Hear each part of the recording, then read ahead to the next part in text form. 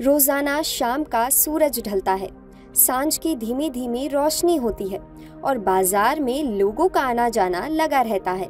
और इस बीच मिठाई की दुकान पर सिर हिलाता नजर आता है एक सफेद बैल। नाम है भोला। भोला हर शाम बाजार आता है, पर ऐसा क्यों?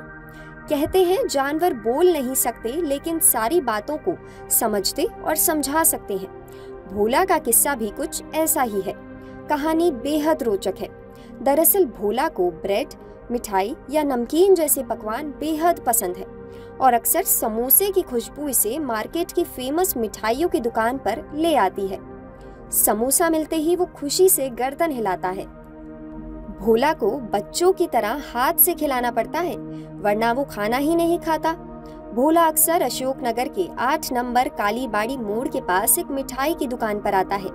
मिठाई देखते ही भोला खुश होकर सिर हिलाता है। आपको हैरानी होगी कि ये बैल किसी को थोड़ी सी भी परेशानी नहीं होने देता। इलाके में कई दुकानदार भोला को रोज खाना खिलाते हैं। उनका मानना है कि भोला शिवजी का वाहन है। भोला को खाना खिलाने से व्यापार अच्छा होता है और माता लक्ष्मी की असीम कृपा बरसती है। सिर्फ यही नहीं, दुकान पर आने वाले कई ग्राहक भी केला या कोई सब्जी खरीदकर भक्ति भाव से भोला को खिला देते हैं। ये किस्सा आज का नहीं बल्कि कई सालों से चला आ रहा है। सोशल मीडिया पर भी भोला के कई वायरल वीडियो हैं।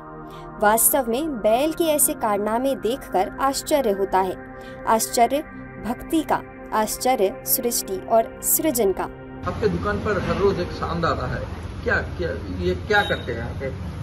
ये हर रोज हमारा दुकान में आते हैं। ये वो दुकान के सामने खड़ा होकर रहते हैं और हम जब उसको टिफिन देता है, वो रोटी देते हैं, कभी समोसा देता है, कभी मीठा देता है, वो खा लेता है। थोड़ी देर बाद वो चला जाता है।